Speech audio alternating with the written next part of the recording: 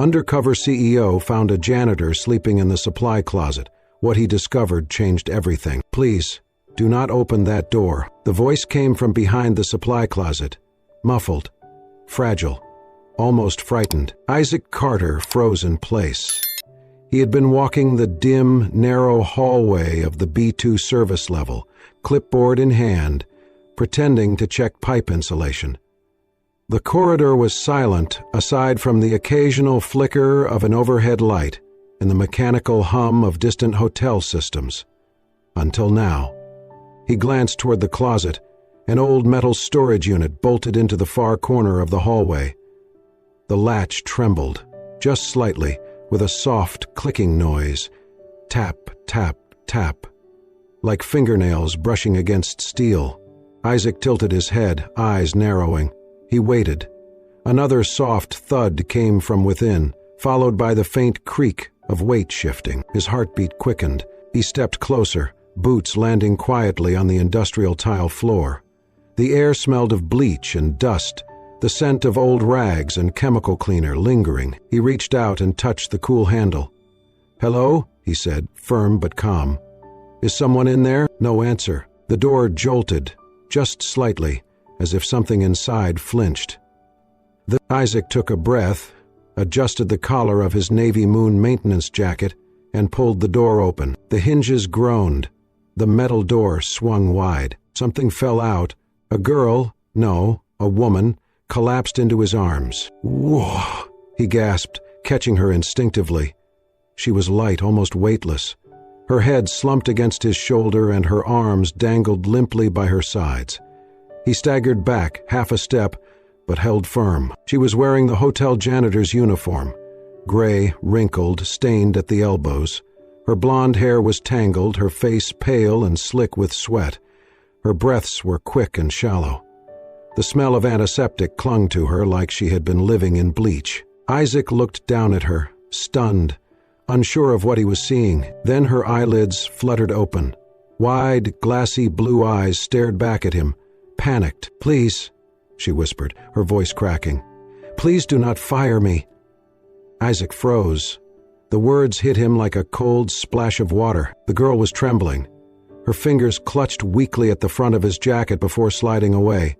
Her knees buckled beneath her, and Isaac instinctively adjusted his grip, keeping her from hitting the ground. She could barely keep her eyes open. He stared at her, heart racing. She had been sleeping in the supply closet, hiding, exhausted, terrified, and now she was begging for her job. In that moment, Isaac Carter, CEO of one of the city's most prestigious luxury hotel chains, dressed in borrowed overalls with a fake name badge pinned to his chest, stood in the fluorescent half-light of the underground corridor, holding a trembling janitor in his arms, unsure of what to say. She had no idea who he was, and for the first time in a long while, neither did he. Angela stirred as Isaac gently laid her down on the narrow cot in the employee restroom. The space was stark. Fluorescent lights buzzed softly overhead. The walls were painted a dull beige, and the only furniture was a metal locker, a beat-up coffee table, and the cot she now rested on. Still, it was warmer, and far more dignified than the inside of a supply cabinet. He pulled an extra blanket from a utility bin and draped it over her carefully. She murmured something unintelligible, her head turning slightly toward his touch. Her cheeks were still pale, her body slack with fatigue. He stood back for a moment, watching her, unsure of what to make of what had just happened. Then, without a word, he walked to the old electric kettle in the corner, filled it with water, and set it to boil. A few minutes later, a soft rustle from the cot drew his attention. Angela blinked up at the ceiling, dazed, then slowly turned her head. Her gaze landed on him, and instantly the fear returned. I am sorry," she said, voice rough from sleep. She struggled to sit up, pushing the blanket aside. "I did not mean to—" "Hey," Isaac said gently, raising both hands. "It's okay. You fainted. You needed rest." She looked down at her lap. Her fingers fidgeted nervously. "You should not have helped me. You could get in trouble." Isaac pulled over a chair and sat across from her, placing a steaming mug of tea on the table between them. "No one's in trouble," he said. "Just drink this." Slowly, she hesitated, then reached for the mug with both hands. Her fingers shook as she lifted it. She blew gently on the surface, then took a small sip. Her shoulders dropped slightly, as if some of the tension had left her body. He watched her in silence for a while. She looked young, mid-20s maybe. Her uniform was at least a size too big, the collar fraying slightly. Her hair, though beautiful, was unkempt and tucked behind her ears with shaky precision. Her shoes were scuffed and damp from the rain outside. "What's your name?" he asked. She looked at him cautiously. "Angela Reed. Nice to meet you, Angela. I'm Isaac." She nodded, not asking anything further. "How long have you worked here?" he asked. "Almost 3 months," she said quietly. "Night shifts." She nodded again. There was a pause. He could sense her walls going back up. "I just clean," she added. "Bathrooms, hallways, sometimes kitchens." "Haha, long hours." She sipped her tea. 7 p.m. to 3 a.m. usually. Isaac studied her carefully. "That's a rough schedule." She offered a faint smile, then looked away. "It is a job." There was something in her tone, something resigned, like this was not the worst thing she had endured, not by a long shot. He leaned forward slightly. "Are you okay? I mean, really?" Angela's hands tightened around the mug. She took a breath. "I am fine, just tired, that is all." He did not press.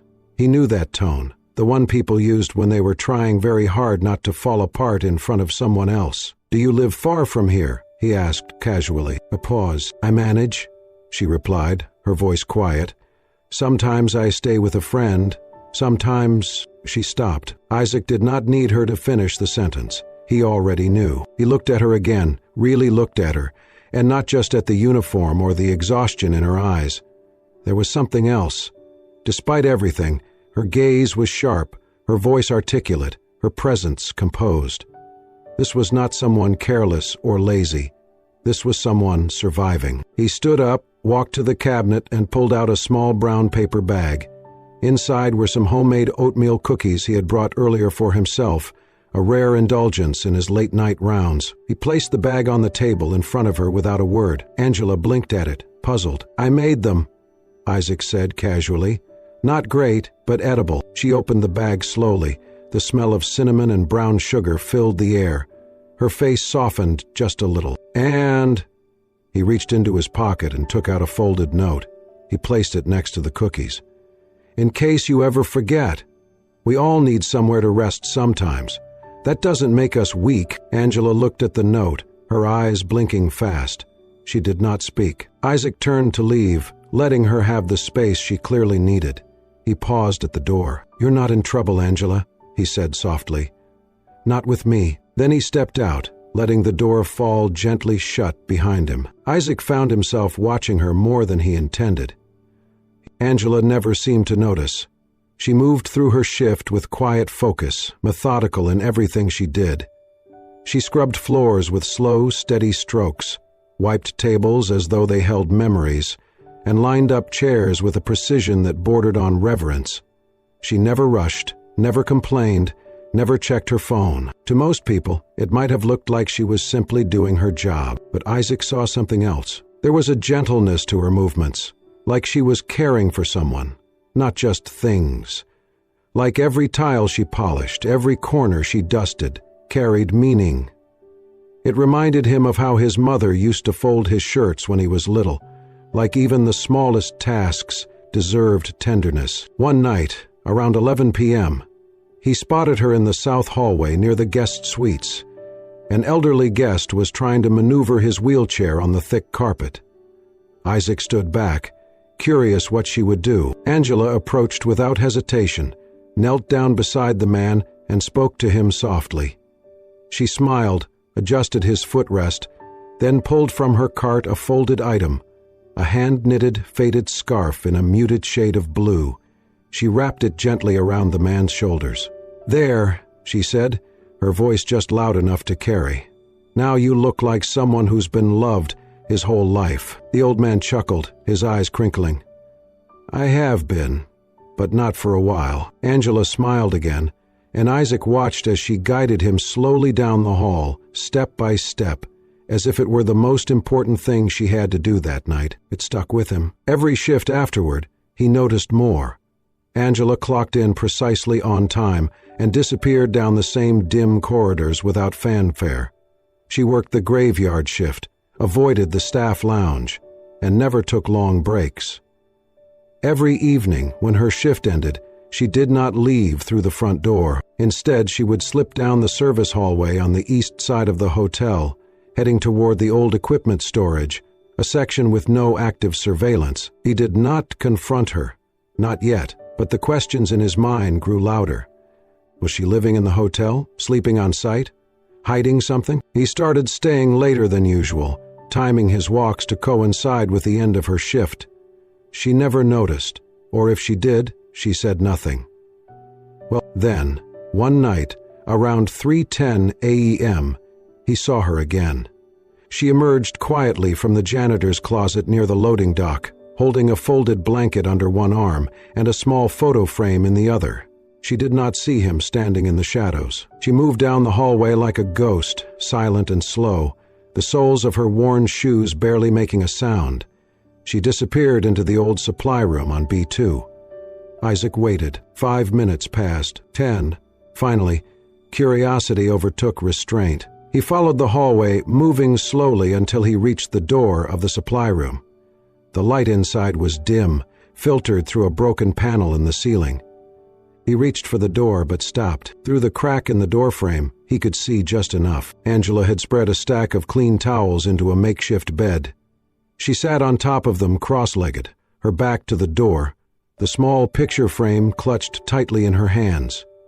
She stared at it for a long time. Then she pulled a thin blanket over her shoulders and lay down, curling up like someone trying to disappear. A few seconds later, she sighed, a sound so quiet, so weary, that Isaac felt it echo in his chest. Her hand slipped over the photo as she closed her eyes. He stood there, frozen, the woman who scrubbed toilets with dignity, who comforted strangers like it was instinct, who worked with discipline and grace, was sleeping in a supply room. His hand tightened around the doorknob. He could walk in, say something, offer help, but something in him hesitated. He watched her shoulders rise and fall, her blonde hair spread across a pile of towels, the photo still clutched to her chest. Then he slowly released the handle, the metal clicking softly back into place. He stepped away in silence. Sometimes, he thought, the loudest cries are the ones no one hears. It was nearly midnight when Isaac found Angela sitting alone in the back stairwell,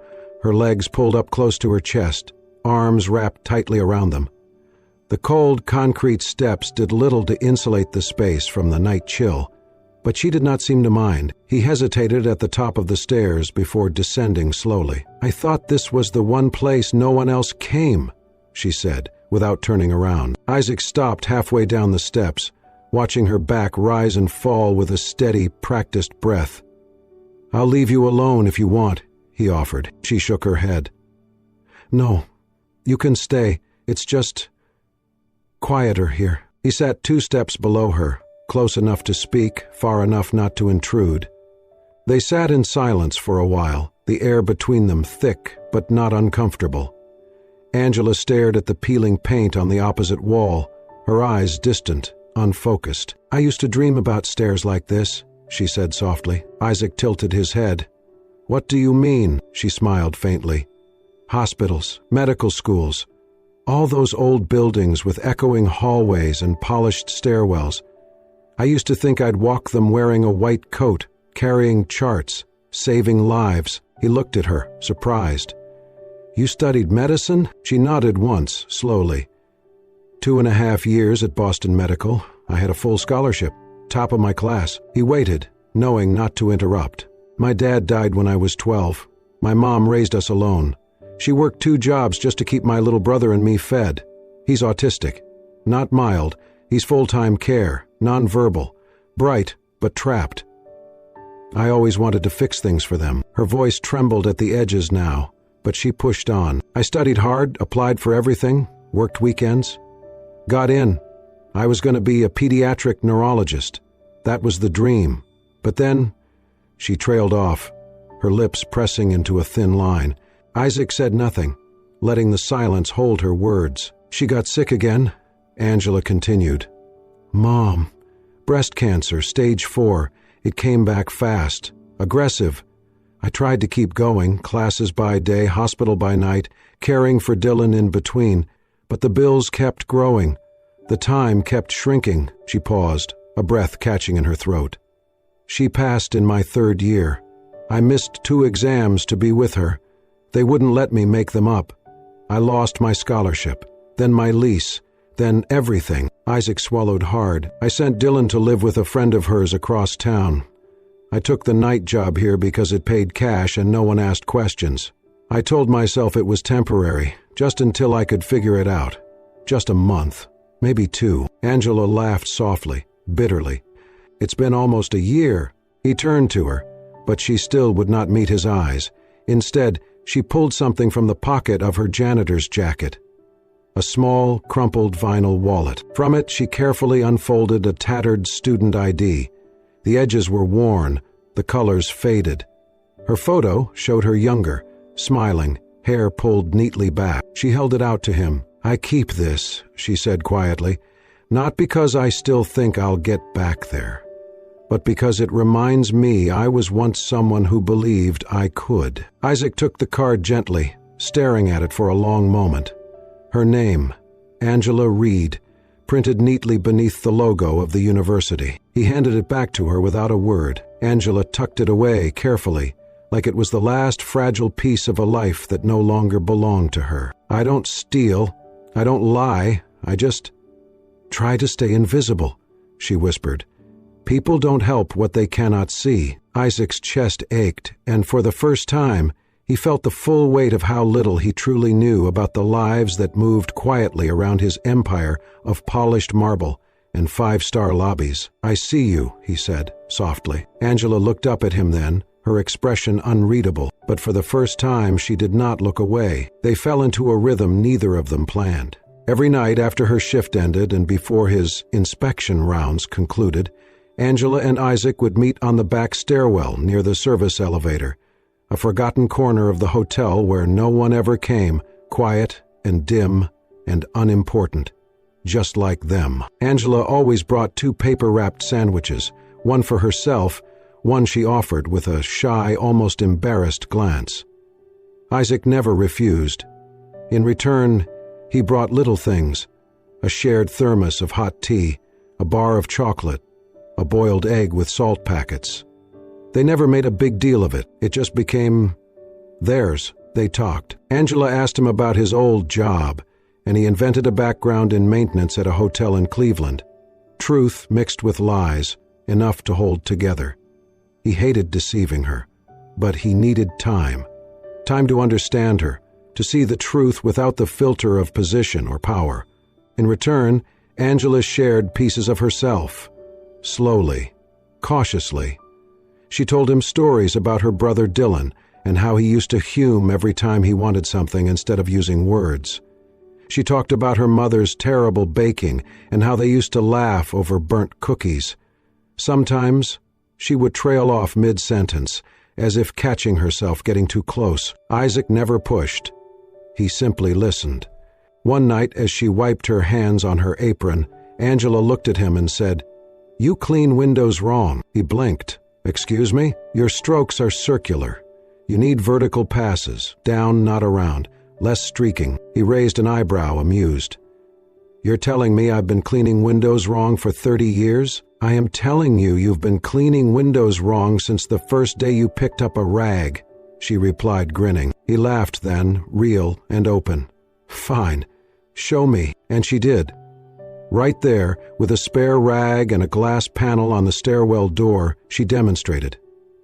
Isaac copied her movements, mimicking her exaggerated gestures, and they both ended up laughing so hard they had to sit down. Moments like that made the nights feel lighter. And yet, beneath it all, Isaac noticed the fatigue in her steps, the way she winced when standing too long.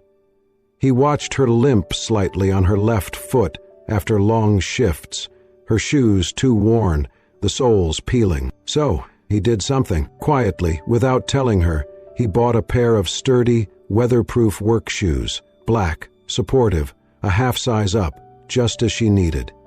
He tucked them inside the cabinet where she kept her cleaning supplies, right next to the mop she always complained about. Inside one of the shoes, he slipped a small folded note, handwritten in his slanted script. "Someone like you should not be walking through life in pain. You deserve better with every step." The next night, she arrived on the stairwell, holding the shoes against her chest. Her eyes were glassy, her voice barely above a whisper. "You did this?" Isaac looked at her gently.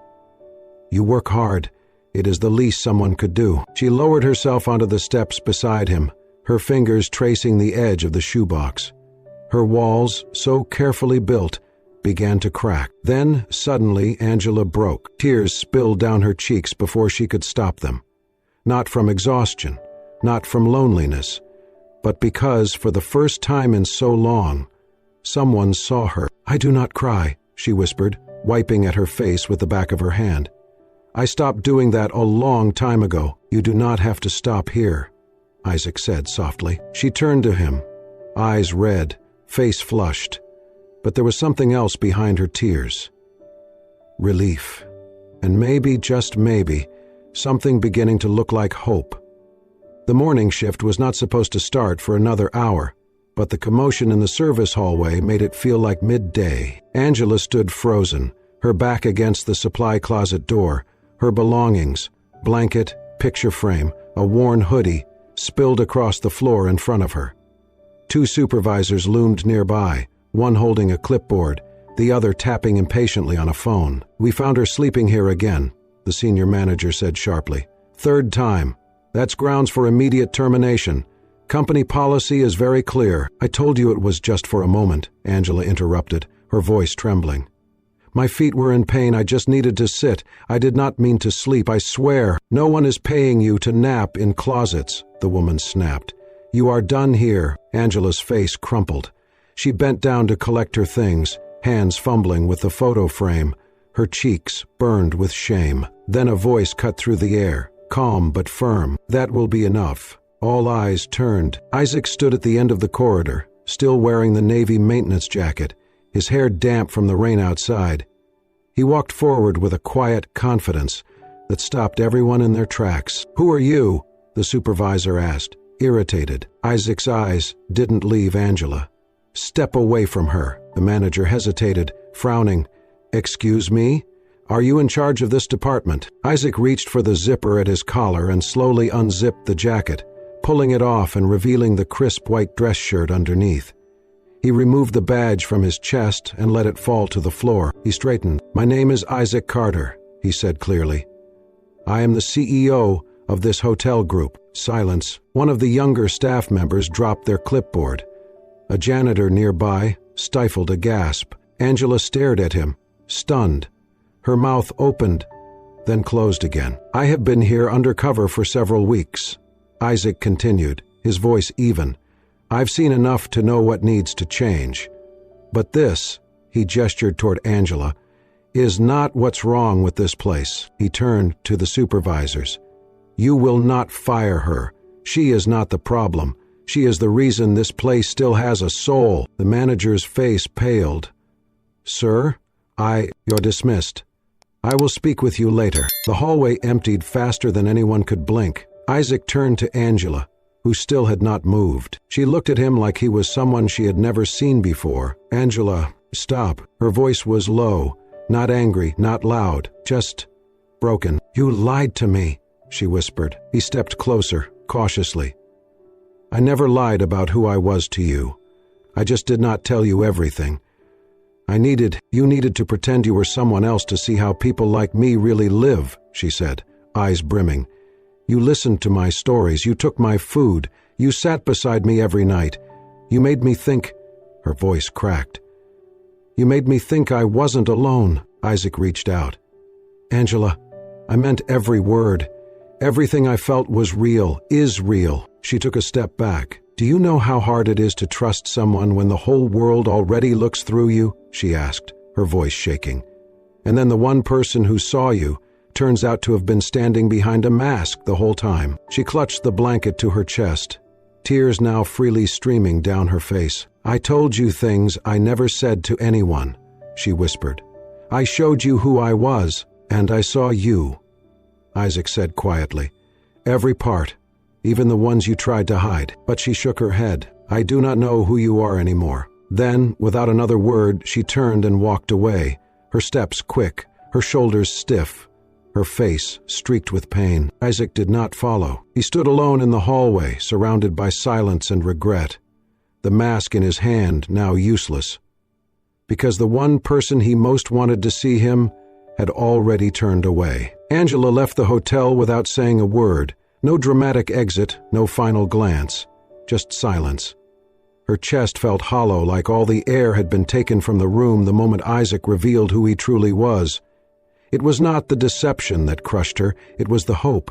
The foolish, dangerous hope that maybe, for once, someone had actually seen her, not as a burden, not as a case to fix or a mistake to correct, but as a person worth listening to. She returned to the small room she shared with her mother's old friend, where her 13-year-old brother Dylan had been staying.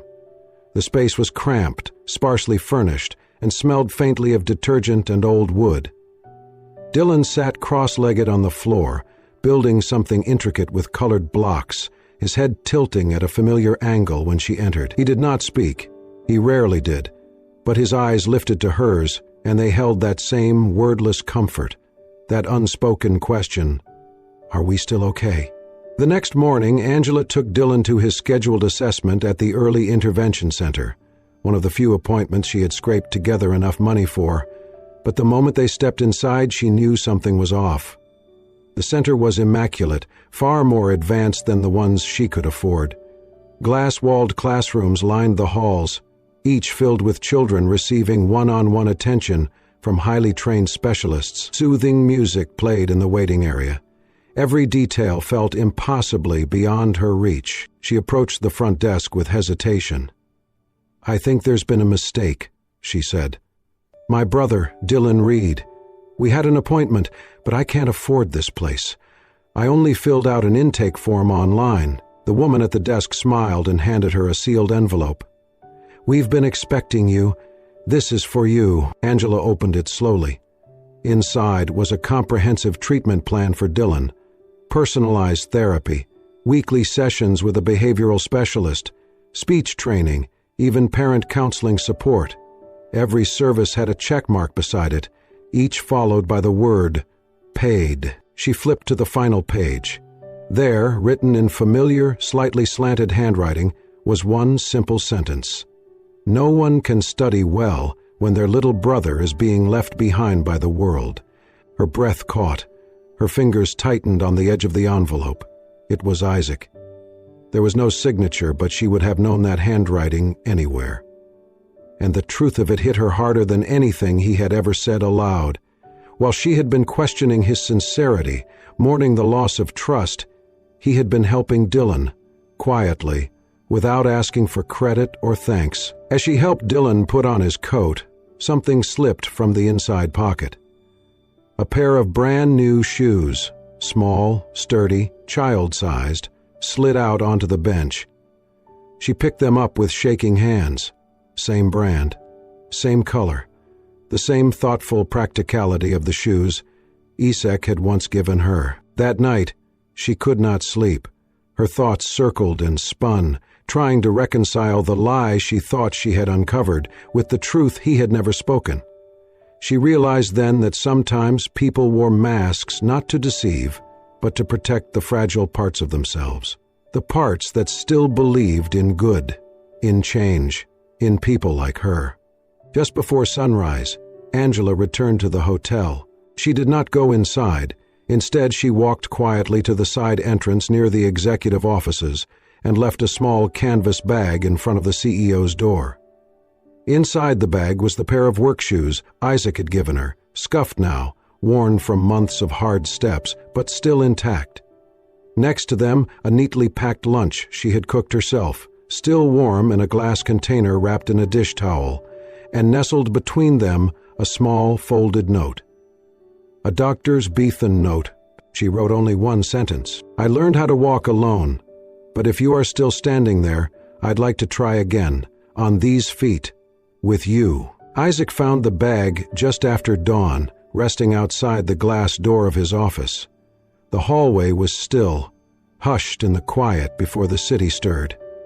He bent down, opened the worn canvas carefully, and pulled out each item: well-worn shoes, a still-worn meal, and a folded note. He smoothed the paper, reading the words in her familiar handwriting. I learned how to walk alone, but if you are still standing there, I'd like to try again, on these feet, with you. A soft smile tugged at his lips, not triumphant, just finally able to breathe again. That night at 10 p.m., Angela stood before the old supply closet. Her hands trembled as she reached for the handle. The hallway was as quiet as the night she had first fallen through this door, but tonight there was no fear, only hope. She opened it. The tiny room had transformed. On the wall, framed in dark wood, was the only photo she had of her mother and Dylan, smiling in a summer light. Below it, a small bookshelf held updated medical texts and a box labeled Dylan, filled with neatly arranged therapy supplies. In the center sat a pair of pristine white nursing shoes, and beside them a laminated student ID. Angela Reed, restated. On the opposite wall, a plaque read, "The closet for those who dared to continue." Angela's breath caught. She turned, and there was Isaac. No jacket, no title, just him. His voice was quiet. "I did not do this out of pity. You reminded me what really matters. It is not about position or title. It is about people who keep going when no one's looking." She stepped forward, her voice barely a whisper. "You gave me back my brother's laughter. You gave me back me. I only helped you see what was already there. You saw me. I never stopped." She placed her hand gently on his chest. No speeches, no promises, just two people choosing to stay. In the weeks that followed, Angela returned to medical school, her tuition quietly covered. She became a peer advisor. Her story passed from one struggling student to another. Dylan thrived in his program. He spoke more, laughed more, even painted his first portrait, his sister's. Together, Angela and Isaac founded the Shelter Project, offering housing and support to students like her. They staffed it with people who once knew what it felt like to be unseen, and this time they made sure no one was. One spring morning, Angela stood at the front of her first pediatric class. Her name badge caught the sunlight. Her voice, steady and soft, carried across the room. "I used to sleep in a supply closet," she said, "not because I was lazy, but because I had nowhere else to dream." She paused, letting the truth settle. "But I am here now to tell you that light finds us even in the darkest places, and dreams, they wait. Sometimes longer than we'd like, but they do wait." At the back of the room, leaning quietly against the wall, Isaac smiled. "If this story touched your heart, if you have ever felt invisible in a world that moves too fast, remember this: you are not alone. There is light, even in the darkest corners, and sometimes hope is waiting for you right where you thought you lost it." Thank you for watching Soul-Stirring Stories, where every tale is told not just to be heard, but to be felt.